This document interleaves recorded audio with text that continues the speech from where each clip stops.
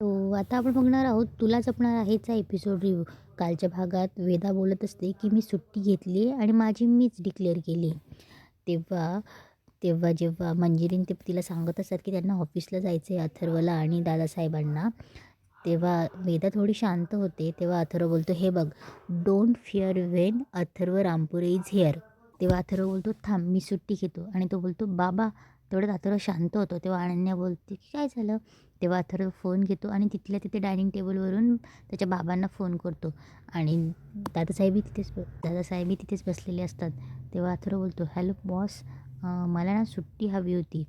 तेव्हा दादासाहेब बोलतात की सुट्टी आणि का म्हणून.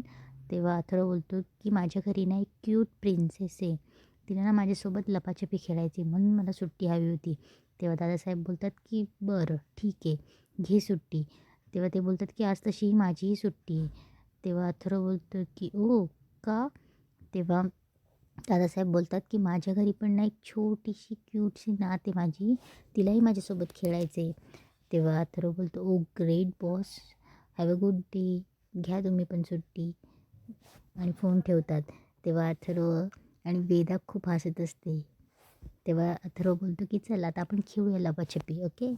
तेव्हा मंजिरीला खूप राग येतो. मंजिरी मनात बोलते की ह्या कराटेचे लाड पुरवायचे म्हटले की बाप आणि लेक तयारच असतात. तेव्हा मंजिरी बोलत असते की आज काहीही करून मला या बाहुलीजवळ मीराला एकटीला पाठवावं लागेल.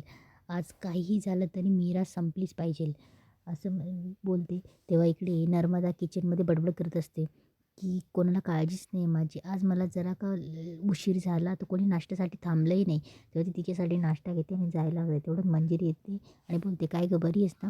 तेव्हा नर्मदा बोलते, मला काय धाड भरली आहे. तेव्हा मंजिरी बोलते, नर्मदा मी तुझ्यासाठी डॉक्टरांची अपॉइंटमेंट घेतली आहे, तुझ्या डोक्यावर परिणाम झाला आहे ना. तेव्हा नर्मदा बोलते, डोक्यावर परिणाम माझ्या आणि वहिनीत तुझ्या झाला आहे. तेव्हा मंजिरी बोलते की बाहुलीमध्ये भूत तुला दिसतं नर्मदा, मग डोक्यावर परिणाम कोणाचा झाला आहे, तुझ्या की माझ्या. आणि हे बघ, माया या घरातनं गेली, आत्ता कुठे या घरात सुख आलं आहे. मायाची जागा उगाच घेऊ नकोस, कळलं. इकडे दादासाहेब, मीरा, अनन्या, अथर्व आणि वेदा खेळ खेळायला स्टार्ट करत असतात. तेव्हा दादासाहेब बोलतात की हाईड अँड सीक म्हणजे लपाछपीच ना.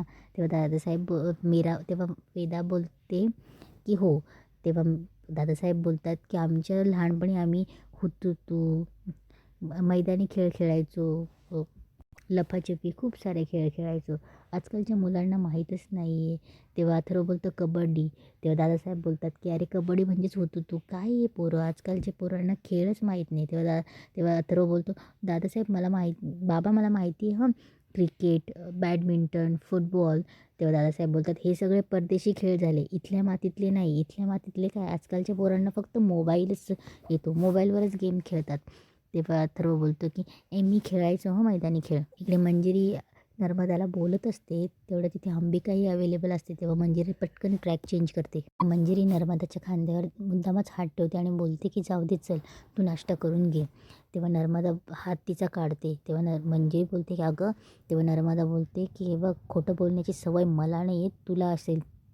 ती बाहुलीमध्ये काहीतरी असल्यासारखं ती बाहुली वागत होती. नक्कीच घरात काहीतरी चेटूक आहे. तेव्हा नर्मदा तिथून निघून जाते. हे सगळं अंबिका ऐकत असते. तेव्हा मंजिरीसमोर अंबिका मुद्दामच सॉरी तेव्हा अंबिकासमोर मंजिरी मुद्दामच नाटक करते की काय चालू आहे, हिला कित्येक वेळा सांगितलं. मला तर असं वाटतं ना, ती ही मायालासुद्धा ही मदत करत असणार. आता तर म्हणे काय बाहुलीमध्ये भूत आहे.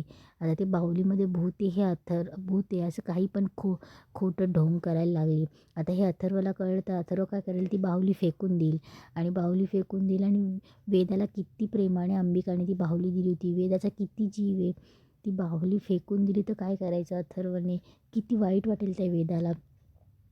मुद्दामच मंजिरी ढोंगीपणा करत रडत असते.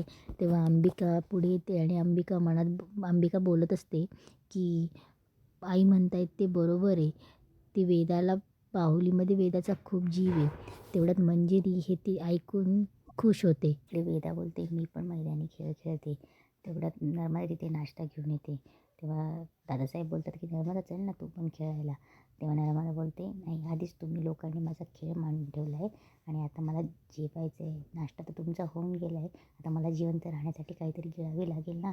तर दादासाहेब बोलले, बरं गिळ गिळ, फक्त घेऊ नको, रवंथही कर. तेव्हा हे सगळे हसायला लागतात. तेव्हा नर्मदा चिडचिड करून डायनिंग टेबलवर बसते. तेवढ्यात मंजिरी तिथे येते. अथर्व बोलतो की आई तू पण खेळ ना. तेव्हा मंजिरी बोलते नाही नको, मला हरायचं नाही आहे. तेव्हा दादासाहेब वेदाला खुणवतात की राज्य कोण घेणार. वेदा विचारते तेव्हा ते बोलतात की अनन्या. तेव्हा वेदा बोलते की आत्या. तेव्हा अनन्या बोलते की नाही हो मी नाही. तेव्हा अथर्व बोलतो बरं आपण सुटून घेऊया. तेव्हा ते सुटणार. तेव्हा अथर्व मुद्दामच अनन्याला बोलतो की वेदा दारावर तुझी मैत्रीण आली आहे का. तेव्हा अनन्या तिकडे बघते. तेव्हा अथर्व पटकन सगळ्यांना खुणवतो आणि सांगतो की आमची ही साईड सगळ्यांनी करायची. तेव्हा ते सुटायला लागतात आणि अनन्यावरच राज्य येतं. तेव्हा अनन्या बोलते की तुम्ही चिटिंग केली आहे. तेव्हा अथर्व बोलतो नाही चिटिंग कोणीच नाही केली. तेव्हा अनन्या बोलते हो चिटिंगच केली. बघ तुम्ही सगळ्यांना पकडणार. तेव्हा अथर्व बोलतो तेच करायचं आहे, पकडायचं आहे सगळ्यांना, चल. ते अथर्व अनन्याला बोलतो की चल पटकन राज्य घे आणि बघू नकोस म्हणून. तेव्हा अनन्या जाते. तेव्हा अथर्व तिला सांगत असतो की मागे बघू नकोस म्हणून. अथर्व तेव्हा सगळे इकडे तिकडे लपायला जातात. तेव्हा अथर्व हॉलमध्येच लपतो आणि मीरा आणि वेदा सोबत जातात. तेव्हा मंजिरी मनात बोलते जा वेदा जा, एकदाची तुझ्या आईला घेऊन ते बाहुलीसोबत लपव आणि कायमची लपवून टाक तिला. तेव्हा वेदा आणि मीरा नर्मदाच्या खोलीजवळ येतात. तेव्हा मीरा बोलत असते की नको इथे नको, आत्याच्या खोलीत नको, नर्मदा आत्याने बघितलं ना तर चिडचिड करते. तेव्हा वेदा हट्ट करत असते नाही इथेच लपू. तेव्हा मीरा बोलते अगं नको. तेव्हा वेदा बोलते की बरं एक काम करू, तू तिकडे जा दुसरीकडे आणि मी इथे लपते. तेव्हा मीरा बोलते बरं. इकडे अनन्या त्यांना शोधत असते. तेव्हा ती मंजिरीला विचारते आई कुठे. तेव्हा मंजिरी तिला नाही सांगत. ती नर्मदाला विचारते. तेव्हा नर्मदा बोलते मला नाही माहिती. नर्मदा तिकडेच नाश्ता करत असते.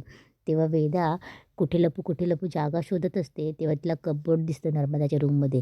ती त्या कपबोर्डमध्ये घुसते आणि ती बाहुली एका कोपऱ्याला ठेवते आणि दरवाजा बंद करते. आणि वेदा त्या बाहुलीकडे बघत असते आणि तिला खूप आनंद होत असतो की तिला कोणी बघणार नाही म्हणून. तेवढ्यात तिचं लक्ष जातं.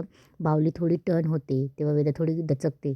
इकडे अनन्या अथर्वला आऊट करते आणि बोलते दादा तू आऊट आहेस, उठ. तेव्हा अथर्व बोलतो तुला कोणीतरी सांगितलं, तुला कसं माहीत मी इथे, तुला त्याने सांगितलं ना. तेव्हा नर्मदा बोलते मी नाही सांगितलं. तेव्हा अनन्या बोलते नाही मला तू नाहीस, आत्याने नाही सांगितलं तू आऊट आहेस. तेव्हा तिला तिचे बाबाही दिसतात. तेव्हा ती बाबा करत पळत जाते. तेव्हा मंजिरी मनात बोलत असते हा थेरडा, याचे वर द्यायचे दिवस आलेत आणि हा इथे लपाछपी खेळतोय लहान मुलांसारखं. आणि हा अथर्व तर निव्वळ गाढव आहे गाढव. आता या मीराला एकटं बाहुलीजवळ कसं आणू. इकडे वेदा बोलत असते की ठमी हलू नकोस नाहीतर आपल्यावर राज्य येईल. तेव्हा ते बाहुली हसते. तेव्हा वेदा थोडी दचकते आणि बोलते ठमी तुला हे कसं जमतं, पुन्हा एकदा दाखव ना. इकडे मंजिरी तनतन करत खोलीत जात असते. तेवढ्यात तिला वेदाचा आवाज येत असतो की ठमे तू बोलली होती तू सगळ्यांसमोर मॅजिक काय ना करस, माझ्यासमोरच करते, हस ना ठमे हस ना. तेव्हा मंजिरी तिचा आवाज ऐकते आणि बोलते इथे वेदा आहे का. तेव्हा मंजिरी तिला शोधू लागते. तेव्हा तिला कपाटातून आवाज येतो. मंजिरी दरवाजा उघडणार. तेवढ्यात अनन्या येते.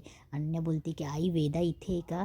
तेव्हा वेदा आतमध्ये बोलत असते की ठमी हळू बोल, आत्या आली, आवाज नको करू. अनन्याला कळतं. तेव्हा अनन्या बोलते की बरं जाऊ दे, वेदाच्या बाबांवर राज्य आहे. तेवढ्यात वेदा बोलते म्हणजे बाबांवर राज्य आला. तेव्हा अनन्या बोलते वेदा तू आऊट आहेस, चल बाहेर निघ. तेव्हा वेदा पटकन बाहेर येते आणि बोलते आत्या थप्पा. तेव्हा अनन्या बोलते मी तुझं नाव घेतलं होतं असं नाही. तेव्हा वेदा आणि अनन्या तसंच बाहेर पळत जातात.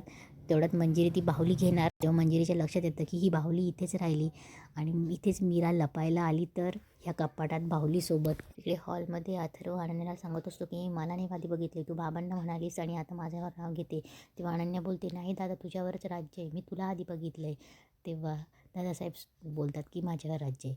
तेव्हा वेदा बोलते की बाबा आणि आत्या तुम्ही जरा थांबा, कोणावर राज्य आहे. तेव्हा दादासाहेब बोलतात की माझ्यावर राज्य आहे. तेव्हा सगळे लपायला तयार होतात. तेव्हा दादासाहेब बोलतात चला मी काउंटडाऊन करतो, पण हां नर्मदा आणि दामोदर खेळतील तरच. तेव्हा नर्मदा बोलते की आता मला नको घेऊ दादा यात. तेव्हा दामोदर बोलतात की चल ना बायको. तेव्हा सगळे त्यांना रिक्वेस्ट करतात. तेव्हा दामोदर आणि नर्मदाही खेळायला येते. तेव्हा सगळे इकडे तिकडे लपायला जातात. वेदा अथर्व आणि मीरा लपायला जाते. तेव्हा मंजिरी पटकन थांबवते त्यांना.